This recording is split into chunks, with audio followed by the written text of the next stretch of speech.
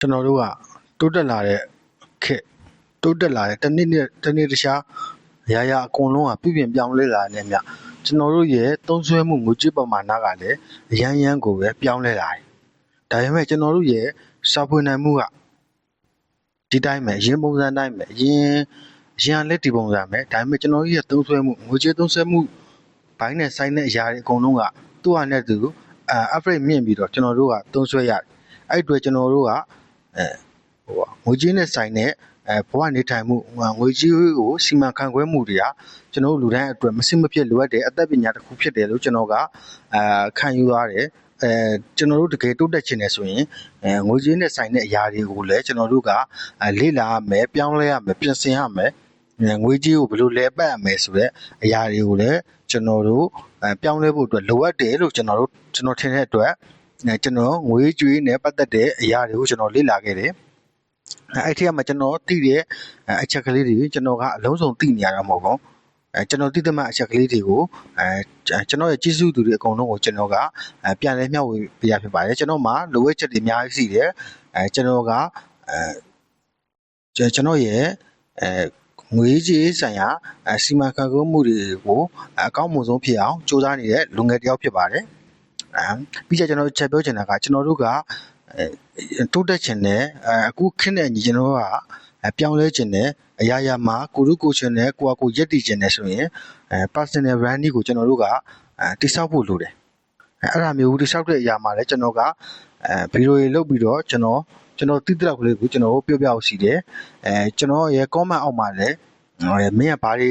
ပြင်ဖို့လိုအပ်တယ်ဘာတွေလုပ်ရမယ်ဆိုတဲ့အကြောင်းတွေကိုလည်းအောက်မှာကျွန်တော်ကိုဆွေးနွေးပေးဖို့ကျွန်တော်အကြံပြုချင်ပါတယ်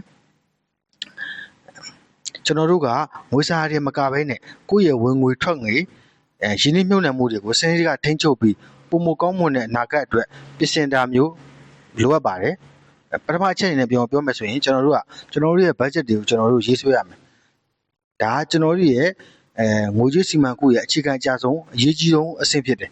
အဲ့ဒါမှကျွန်တော်တို့ကဝင်ငွေကိုသိအောင်လုပ်ရမယ်ပထမဦးဆုံးတစ်လကိုပုံမှန်ဘယ်လောက်ဝင်လဲဆိုတာအတိအကျသိဖို့လိုအပ်တယ်အဲ့ဒါမှကျွန်တော်တို့ရဲ့အသုံးစရိတ်တွေတစ်လအတာအတွင်းကျွန်တော်ဘာအတွက်ငွေဘယ်လောက်သုံးနေဆိုတာကိုအသေးစိတ်ကျွန်တော်တို့မှတ်တမ်းတင်လို့ရမယ်သိမှာဖြစ်တယ်ဥပမာကျွန်တော်တို့ရဲ့အစားအသောက်တွေတို့သွားလာစရိတ်ကျွန်တော်တို့တော့ကျွန်တော်အလုပ်အတွက်ကျွန်တော်ယုံသွားတယ်ကျွန်တော်ဘတ်စကားစီးသွားတာတို့ကျွန်တော်ဘာသုံးလိုက်တယ်ဒီလအတွင်းမှာဘာအသေးစိတ်ဝယ်လိုက်တယ်တကူကြီးသုံးစိတ်ကဘယ်လိုအဲ့ဒါတွေကျွန်တော်ကသိဖို့လိုအပ်တယ်ကျွန်တော်တို့က50 30 20နီလန်းကိုကျွန်တော်တို့ကအသုံးပြုရမယ်50ကိုကြာမရှိမဖြစ်လိုအပ်တဲ့နေရာတွေမှာကျွန်တော်တို့သုံးရမယ်အိမ်ငါးကပေးတာတို့ကျွန်တော်တို့အစားအသောက်တို့ကျွန်တော်တို့အခုတွာလာစရိတ်ပေါ့ဗျာအများရန်နေ့တလူသုံးရမယ်မရှိမဖြစ်အဲ့ဒါသုံးရမယ်လုပ်ငန်းတွေမှာကျွန်တော်တို့သုံးရမယ်30ကိုကြာကျွန်တော်တို့လုပ်ချင်တဲ့အရာတွေပေါ့ကျွန်တော်တို့လုပ်ချင်တဲ့အရာတွေဆိုတာ30ဆိုတာကျွန်တော်တို့အများရန်နေ့တလူလုပ်ရတဲ့ဟာမဟုတ်ကျွန်တော်တို့တစ်ခါလေဝက်စားလေးဝယ်ချင်တာတို့ပင်ပန်းလို့ခီးအပန်းပြေလေးထွက်တာတို့တစ်ခါလေရုပ်ရှင်သွားကြည့်ရတဲ့အတွက်သုံးရမယ်20ဦးတော့ကျွန်တော်တို့ကစုဆောင်းရမယ်ရင်းနှီးမြှုပ်နှံရမယ်ဒုတိယအချက်နဲ့ကျွန်တော်ပြောမယ်ဆိုရင်အကျွေးကကျွန်တော်တို့အတွက်ကျွန်တော်အရေးကြီးပါတယ်ကျွန်တော်တို့မလိုအပ်ဖဲနဲ့သူများစီကိုသွားပြီးတော့မချင်းမိပါစေနဲ့အကျွေးချီးတယ်ဆိုတဲ့ကိစ္စကိုလည်းလွယ်လေးနဲ့မလုပ်လိုက်ပါနဲ့ကျွန်တော်တို့ကကိုယ်စိတ်ကိုထိန်းချုပ်နိုင်မှုကအရင်အရေးကြီးပါတယ်ဘာဖြစ်လို့ဆိုတော့ကျွန်တော်တို့ခံစားမှုကြလာတော့မသိဘူးလူတယောက်ကပတ်ဆက်ကိုလွယ်ချီးရင်လွယ်ပဲဖြစ်သွားတာတကယ်ကိုဘောကသူ့စီကိုသွားချိလိုက်တဲ့ပမာဏနည်းနည်းလေးဆိုပေမဲ့ကိုမှကြအဲ့နည်းနည်းလေးအဲ့ချိလိုက်တဲ့ပတ်ဆက်နဲ့ပတ်သက်တဲ့အရာကြောင့်အကျင့်တွေအများကြီးပျက်စီးသွားတယ်ငွေရေးဆိုရင်ကိုယ့်စီမှာမနေတော့ဘူးဗျာသူများစီကချိပြီးတော့ကိုကပြန်မပေးနိုင်တဲ့အတွက်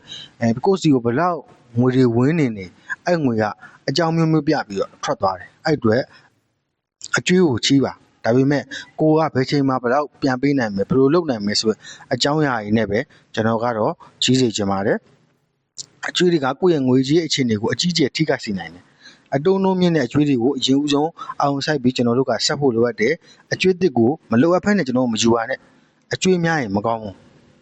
အကြီးစားဝယ်မှုတွေကားအိမ်အဲ့လိုမျိုးကားဝယ်မားတို့ဝိုင်းဝယ်မားတို့မရှိကိုယ့်ရဲ့အရေးကြီးဆိုတာကျွန်တော်ဒီနေရာမှာဒီအိမ်တို့ အားတို့ဝယ်လိုက်မှဖြစ်မယ်တခုချင်းကဒီဈေးနဲ့ကိုမှဝယ်သင့်တယ်အဲ့လိုမျိုးဆိုရင်ကျွန်တော်တို့ကယူသင့်မယူသင့်စဉ်းစားပြီးမှယူသင့်ပါတယ်နံပါတ်3အချက်ပြောရမှာဆိုရင်စုဆောင်းခြင်းနဲ့ယင်းနှိမ့်မြုပ်နှံခြင်းဒါကကျွန်တော်တို့ရဲ့ငွေကိုတိုးပွားလာအောင်ကျွန်တော်တို့လုပ်တဲ့နည်းလမ်းဖြစ်ပါတယ်အရေးပေါ်ရန်ကုန်ငွေထားစီရမယ်ဘာလို့ကျွန်တော်မထင်မှတ်ထားတဲ့ကိစ္စရပ်တွေဖြစ်လာနိုင်တယ်ကျွန်တော်တို့ကျန်းမာရေးကြောင့်ဖြစ်တာတို့အလုပ်ပြုတ်သွားတာတို့အဲ့ဒါကကျွန်တော်တို့လက်ထဲမှာအနည်းဆုံး3လကနေ6လလောက်အရေးပေါ်ရန်ကုန်ငွေထားရမယ်ကျွန်တော်တို့ရှော့စီစီကျွန်တော်ငယ်ရွယ်တုန်းကခဲ့တယ်ကျွန်တော်ယင်းနှိမ့်မြုပ်နှံမှုကိုလုပ်တင်တယ်အဲ့ဒါမှကျွန်တော်တို့ကအချိန်ကြာလာတဲ့များတိုးပွားလာမယ်အကောင်းဆုံးနည်းလမ်းဖြစ်တယ်